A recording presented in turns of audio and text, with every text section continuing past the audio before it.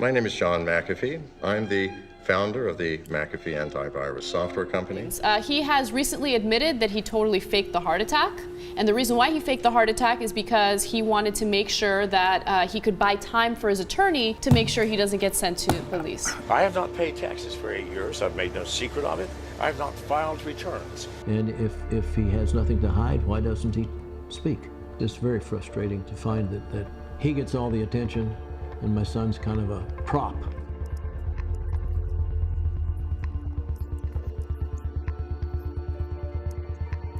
John McAfee was not suicidal. I got a call from Texas. It's me, John. I paid off people to pretend that I am dead, but I am not dead. Let's get into it.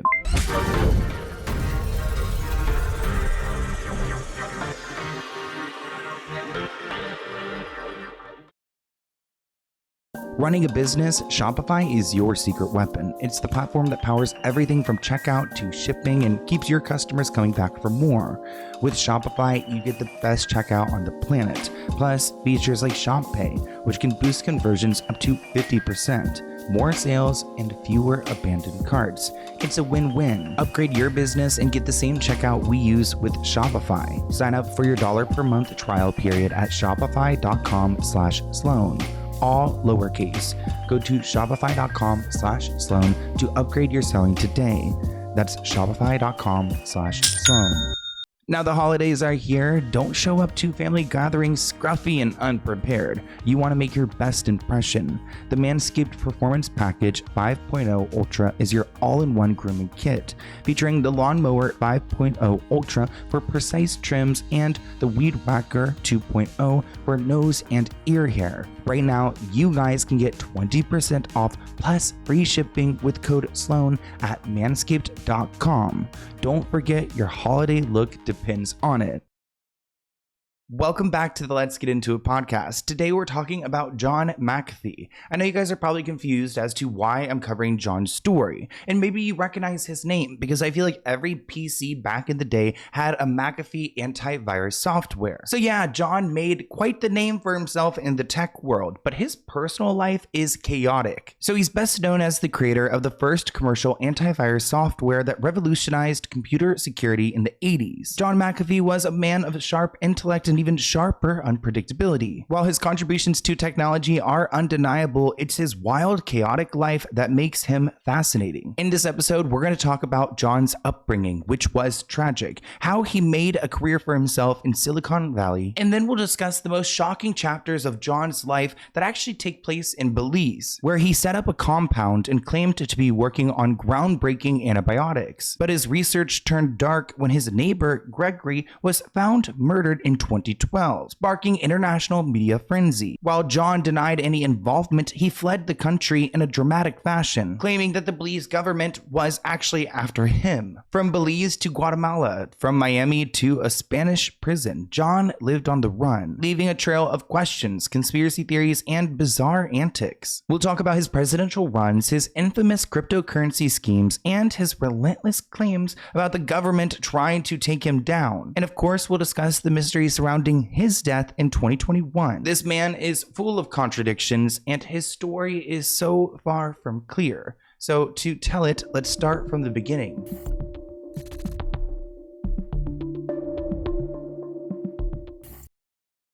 John was born September 1945 in England. Now, he comes from an American family, and he was actually born on a U.S. Army base. His father was an American soldier, and his mother was a British woman. When John was young, his family moved to Virginia. Shout out Virginia, that's where I'm from, where he spent most of his childhood. Now, a defining moment in John's life occurred at the age of 15, when his father, who struggled with alcoholism, was reportedly violent and took his own life. Now, anyone who's lost a parent or a family member to something like this understands the implications of it. I mean, it deeply affected John, losing his father, saying that he woke up every morning thinking about his dad. And while John had a really hard time dealing with his father's loss, there was an interesting article I found. It reads that John may have secretly killed his own father. Alex Foster, a ghostwriter that John hired to write his autobiography, plays some tapes of interviews he did with John and doesn't even realize their significance until the cameras are rolling. Alex says that John told him his childhood was miserable miserable. He watched his drunken father violently beat his mother, and he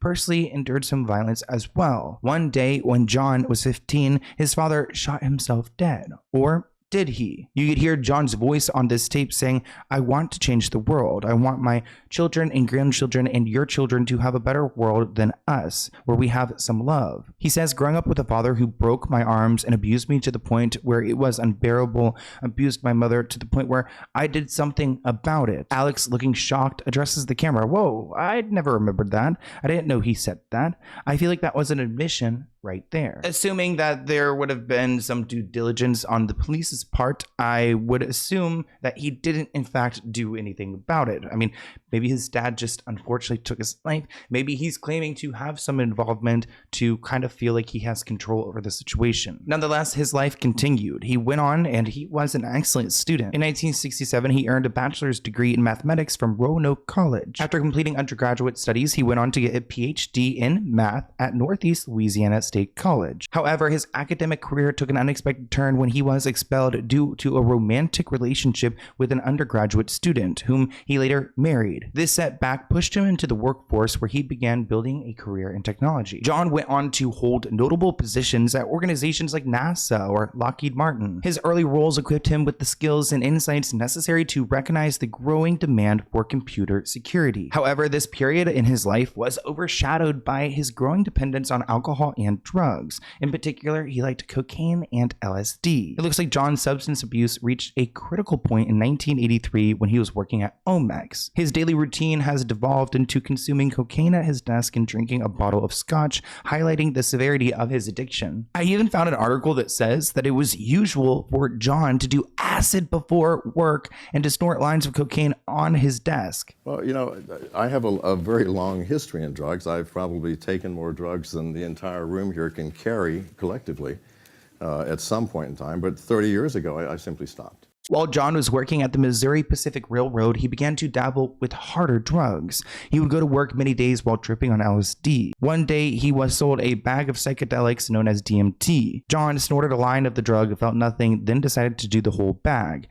Then all hell broke loose. He freaked out, ran outside, and hid behind a trash can. His first wife, the one that he married and got in trouble with school over, ended up leaving him because of his addiction. In 1983, he was alone and home with no possessions because he had sold them to buy drugs. He contemplated taking his own life, but then he joined Alcoholics Anonymous and was sober from then until his death. This turning point coincided with the beginning of his work in computer security. And then he ended up infecting all of our computers with his McAfee security software. Oh, hello there. My name is John McAfee. I'm the founder of the McAfee antivirus software company. Although I've had nothing to do with this company for over 15 years, I still get volumes of mail asking, how do I uninstall this software? I have no idea. I swear I was so paranoid growing up because I constantly got notifications and I'm like, what the heck? I'm playing like Club Penguin. Why am I getting in trouble? Now, about 3 years after his awakening, he started McAfee Associates out of his home. He did this after reading about how a computer virus from Pakistan was infecting American computers. He launched an antivirus software and advertised it on messaging boards, making it available to people for free. Within 5 years of launching, major companies across America were using it. Then they started paying a licensing fee for it in 1990, which then got John about $5 million a year. John really hit the industry at a great time because he was able to have Americans fear, cybersecurity attacks, and plus the government did not know what to do. So he was the man with a plan. In 1990, to improve business, he claimed that there was a virus that would damage 5 million Americans' computers. While less than 100,000 were impacted, his sales soared because everyone was scared. This strategy provided lucrative for him. In 1992, his company went public and they had about $18 million of stock. So a far cry from where he was 10 years ago, lost and on drugs.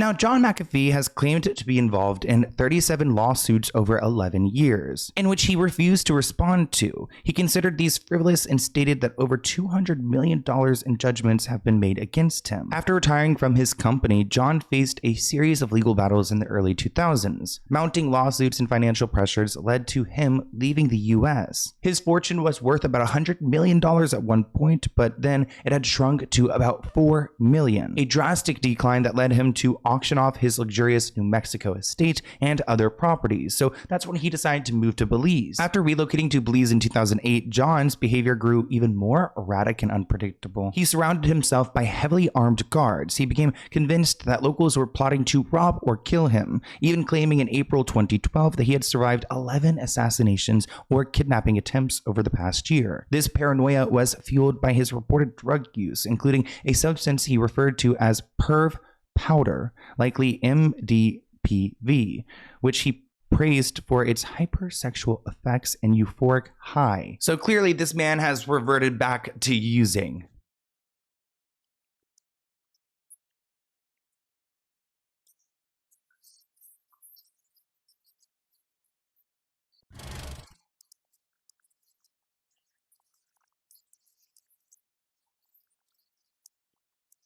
Upon his move to Belize, his life became crazy, blending guns, girls, and drugs into his daily routine. He frequented bars, mingled with drunks and prostitutes, and left his longtime girlfriend to pursue a series of relationships, including one with a 16-year-old girl who allegedly attempted to kill him in his sleep. As his behavior became increasingly erratic, John distanced himself from friends and other ex-partners, even claiming ties to organized crime and allegedly meeting with gang members to show his influence over armed groups. So he's living like a madman, and it seems like he is appreciating the lawlessness that he's experiencing in Belize, doing what he wants when he wants to do it. Because he was such a busy man, there are some women who have some pretty scary accounts of their encounters with him. Here's a clip of some of them sharing what it was like to be around John McAfee. His sex has to last long. I mean, you can't give him 1 or 2 hours. He wants like morning to day. I mean, like, you have to be in that bed from morning till the next day. And if you can continue till 7 days, that's sex for him. What did he have you do? Sit on this hammock. The hammock has a hole. He puts in a hammock. You know, he would cut a little hole. He wanted to have like scat sex, and I didn't agree with that. What is scat sex? And when you poop in someone's mouth. He used to make you shit in his mouth, like that. He asked you to shit in his mouth, and so... I've never had done that before, and it was an experience for me. And Wait, what? Oh my gosh. I didn't. Okay. I knew that we were going to be looking at some clips of, what they had to share, but I didn't realize they were pooping in his mouth. Ugh. Did you guys hear that correctly? He would have them poo in his mouth. Ew. Like, ew. Like, I'm not trying to fetish shame, but that's one I just can't. Ugh, I cannot. By 2013, John had 7 women living with him on his property. Daily Mail got some photos of them together where he appears shirtless, hugging them and clutching a spear. John met his second wife, Janice, a prostitute, in 2012. The pair remained married until his death. Janice was 34 when she met John outside a Miami cafe, where he paid her for a day and night together. She had been working as a SEX worker for over a decade, primarily under the control of a violent pimp. She was asked later on if it was love at first sight with John, and she said, F no, I just saw an opportunity. Janice reveals that after her pimp discovered John's identity, he connected her with cartel bosses who wanted him dead. At her pimp's urging, she became a spy for them, feeding back information on where John was at some time. This secret role continued even after she and John married in 2013. Eventually, she confessed the truth to him. I mean, of course he's paranoid. The woman that he has married is now, I guess, been plotting against him for years. Starting and scaling a business can be daunting, but Shopify makes it easier than ever. As the platform powering over 1 million businesses worldwide, Shopify helps you sell wherever your customers are, online, in store, or even on social media. With features like the world's best checkout and Shop Pay, Shopify boosts your sales while reducing your abandoned carts. Shop Pay even increases conversions by up to 50%. So whether you're running a boutique or a booming e-commerce site, Shopify is the ultimate commerce platform to grow your brand. Ready to take your business to the next level? Upgrade your business and get the same checkout we use with Shopify. Sign up for your $1 per month trial period at shopify.com/Sloan, all lowercase. Go to shopify.com/Sloan to upgrade your selling today. That's shopify.com/Sloan.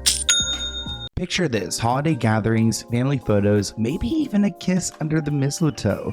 You want to be ready for it all, right? Enter the Manscaped Performance Package 5.0 Ultra, the ultimate holiday grooming kit. This package includes the Lawnmower 5.0 Ultra, a groin and body hair trimmer that delivers precise, smooth results, and the Weed Whacker 2.0 for those pesky nose and ear hairs that pop up when you least expect them. But Manscaped doesn't stop there. They've added the Crop Preserver Anti-Chafing Ball Deodorant and Crop Soother Ball Aftershave Lotion, so you can stay fresh and comfortable all day. And there's a bonus. This kit includes Premium 2.0 Boxers and the Shed 2.0 Toiletry Bag. It's everything you need to slay your holiday look. With over 11 million men trusting Manscaped worldwide, it's clear why they are the MVP of grooming. Make sure you use code SLOAN at manscaped.com for 20% off plus free shipping. Manscaped, because a confident you is the best gift you can give this season.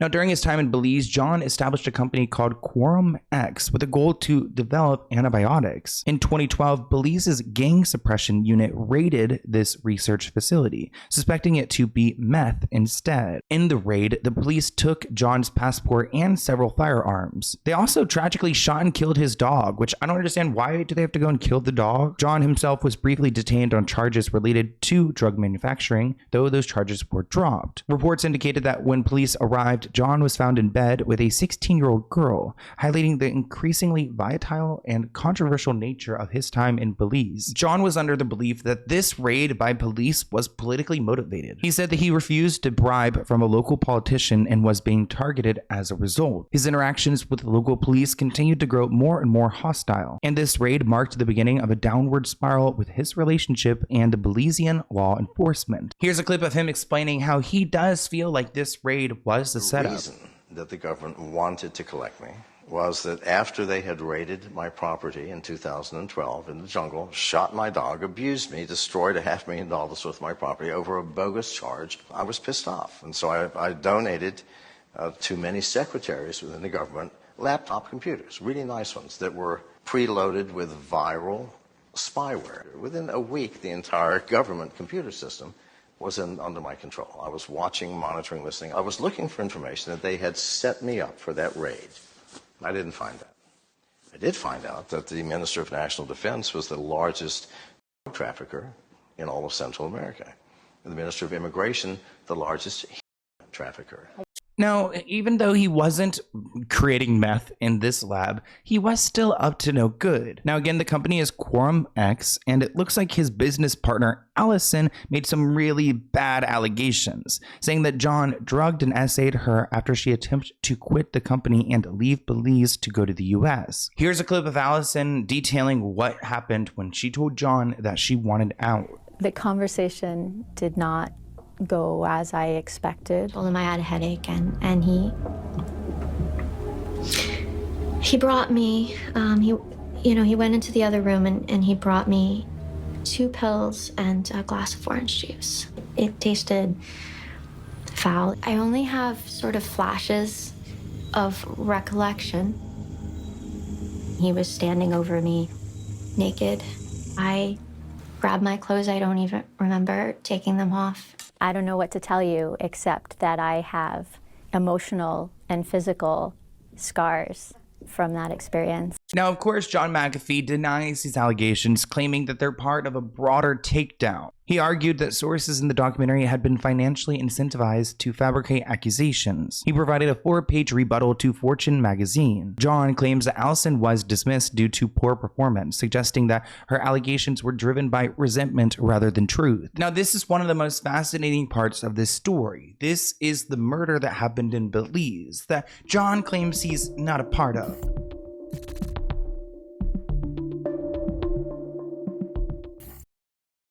So John had this neighbor named Gregory Faull, and they shared a strained and contentious relationship. Living only 3 doors apart, the two were frequently at odds, particularly over John's unleashed dogs, which Gregory found threatening as he passed on his way to the local beach bar. Tensions grew as John's dogs became more and more aggressive, and according to a witness, one even attacked Gregory on an occasion. Gregory openly expressed a desire to poison John's dogs, and he filed a complaint with local authorities saying that they're dangerous and that he's got all these security guards and it's just unnecessary. But not only did Gregory have to deal with John's dogs and security, but also his lifestyle and the disturbing things he was up to. Greg was not happy with him and he had had some issues with McAfee.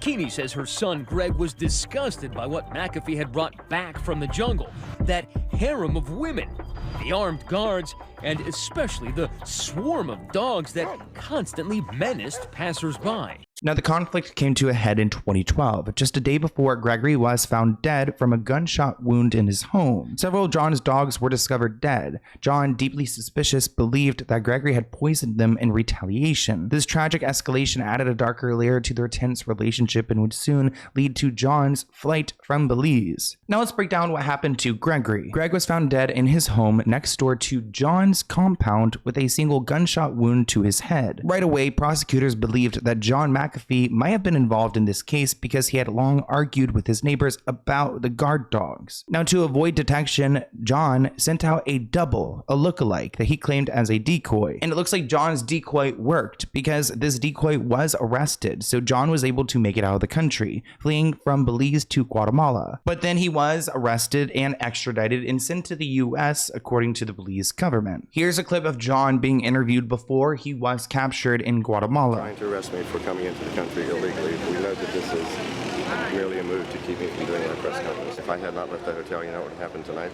They would have come in to get me with no one watching at 2 o'clock in the morning for something. Trust me. Now, after being detained in Guatemala, John went to extreme lengths to avoid being extradited to Belize. While in custody, John allegedly faked 2 heart attacks, a move he claimed was intended to prevent his deportation to Belize. But his ploy proved successful. Rather than being sent to Belize, he was sent home to Miami. Let's talk about how this man got away with faking a heart attack. John had a plan. He faked a heart attack. While he was rushed to the hospital, a news report showed him to be at death's door. He said it was to buy time for his attorney to file a series of appeals that ultimately prevented him from being deported to Belize. Which, I mean, he knows what he's doing. Clearly, he is a smart man. He's just a smart and dangerous man. I do question how he was able to do that. I mean, granted, I don't even want to pretend I'm having a heart attack because that scares me. You guys know I get medical anxiety. I will start spiraling and faint right here on camera if I start thinking about anything. I have a really bad burn right now on my arm. Ouch. Ouch. I can't even think about it or I will faint. But I wonder what he did. Like, and then just like acted stiff, or was he breathing hard? I mean, he must have been skilled at acting to get to this point. He has recently admitted that he totally faked the heart attack. And the reason why he faked the heart attack is because he wanted to make sure that he could buy time for his attorney to make sure he doesn't get sent to Belize. I'm both happy and pissed because I nailed it. When he said there was a heart attack and there was a headlines, I said in the morning meeting on the TV side, bullshit, I don't believe it. Once John got back to the US, the drama did not stop there. John continued to make sensational claims, accusing the Belize Prime Minister of orchestrating a plot against him. These dramatic allegations briefly overshadowed the focus on Gregory's death. In 2019, a Florida civil court ordered John to pay $25 million to Gregory's family for the wrongful death, but he refused to comply. Here's a clip of Gregory's father talking about his son's loss. Do you believe that McAfee was involved? You're convinced that McAfee was involved? Not entirely, but why would he run? Why did he not answer the questions? And if he has nothing to hide, why doesn't he speak? It's very frustrating to find that he gets all the attention and my son's kind of a prop. Now, John was able to maintain some level of public celebrity after his legal battles. After fleeing Belize and setting into a new life on the run, John found ways to stay in the spotlight. He made money through speaking engagements. He became a YouTube sensation at some point, with videos of women, white powder, guns, the same type of things that we heard that he was doing in Belize. I mean, it's always there. It's watching. It's been watching me for years. Every time I turn on the computer, it's there looking at me. You know, something went wrong. 15 years ago, I had some beautiful software and they took it over. I don't know what they did. It was like the time I hired that Bangkok to do my taxes while I my accountant. It was terrible. Clearly, he is a hot mess, which is why I'm not surprised in 2016 he ran as a libertarian candidate for president. However, his criminal activities continued to catch up with him. In late 2018, John learned that the U.S. federal government was investigating him for tax evasion and was preparing to press charges, which now gives him another reason to be on the run. I have not paid taxes for 8 years. I've made no secret of it. I have not filed returns. Every year I tell the IRS I'm not filing a return. I have no intention of doing so. Come and find me. Not illegal? Today, January 22nd, the IRS has convened a grand jury in the state of Tennessee to charge myself, my wife, Mrs. McAfee, 4 of my campaign workers with unspecified IRS crimes of a felonious nature. Now, they want to silence me. I will not allow that. I am running my campaign in exile on this boat for the duration. I will not allow them to imprison me and shut my voice down, which they will do immediately. Why? I am a flight risk. Something about that clip is eerily familiar. In 2019, John and his wife Janice realized that they weren't going to be in the White House, so they sailed his boat from Miami to the Caribbean. They made stops in the Bahamas and the Dominican Republic, but their freedom was short-lived. In June 2019, John tweeted out a cryptic warning. If I'm arrested or disappear, 31 terabytes of incriminating data will be released to the press. Despite the warning, they were soon arrested after their boat was found loaded with guns, drugs, cash, and bricks of gold. John used his UK dual citizenship to avoid being sent to the US. Instead, they were deported to Europe. He shared, "I've collected files on corruption in governments. For the first time, I'm naming names and specifics. I'll begin with a corrupt CIA agent and 2 Bahamian officials. Coming today, if I'm arrested or disappear, then he will release this data," yet that did not happen. It took another decade and 2 more presidential bids before John was finally caught in October 2020. At the request of the US government, he was arrested on charges of failing to file taxes for 4 years, despite earning millions from consulting. He was also accused of hiding assets such as yachts and real estate under other people's names. The Justice Department accused him and a business partner of defrauding investors of more than $13 million by promoting fake cryptocurrencies. And really, this was one of John's last runs. His life ended tragically on June 23rd, 2021, while he was incarcerated. He was held in a prison in Spain, and he had been there for about 9 months. The morning of his death, John learned that Spain's High Court approved of his extradition to the US, where he faced charges related to tax evasion and fraud. By 6 p.m. that same day, prison workers discovered him hanging in his cell. However, a lot of his associates, including his ex-wife Janice, rejected the narrative, saying that her husband did not take his own life, pointing to a tattoo that John had gotten 2 years before his death. In a tweet, John had explained the tattoo's meaning, saying, "I got a tattoo today just in case if I take my own life. I didn't. I was whacked. Check my right arm." Janice believes that John was drugged and then strangled, noting that she was not allowed to see his body immediately after his death. And when she did, she was kept behind a glass, because at this point there were COVID restrictions, but she interpreted it as a bigger cover-up. And I mean, after being with this man for so long, she's probably a little bit brainwashed, assuming that they are all after her and him. She even goes as far as to say that when he was found in his cell, he still had a heartbeat and was breathing, so they could have saved him. John McAfee was not. I spoke with him a few hours before he was found dead. We spoke about the court's decision to extradite him to the U.S. It did not come as a surprise to either of us. We were prepared for that decision and had a plan of action already in place to appeal that decision. I blame the U.S. authorities for this tragedy. Because of these politically motivated charges against him, my husband is now dead. His last words to me were, "I love you, and I will call you in the evening." Those words are not words of someone who is. Now, John's attorney, Nisha, also agrees that this wasn't like him. The timing and the circumstances of his death were highly suspicious. One of John's ex-girlfriends, Samantha, even claimed that John had faked his death and was living in Texas, adding yet another layer of mystery to this story. I mean, if this guy went as far as to hack the government of Belize, I mean, I think he could probably get away with faking his own death. I got a call from Texas.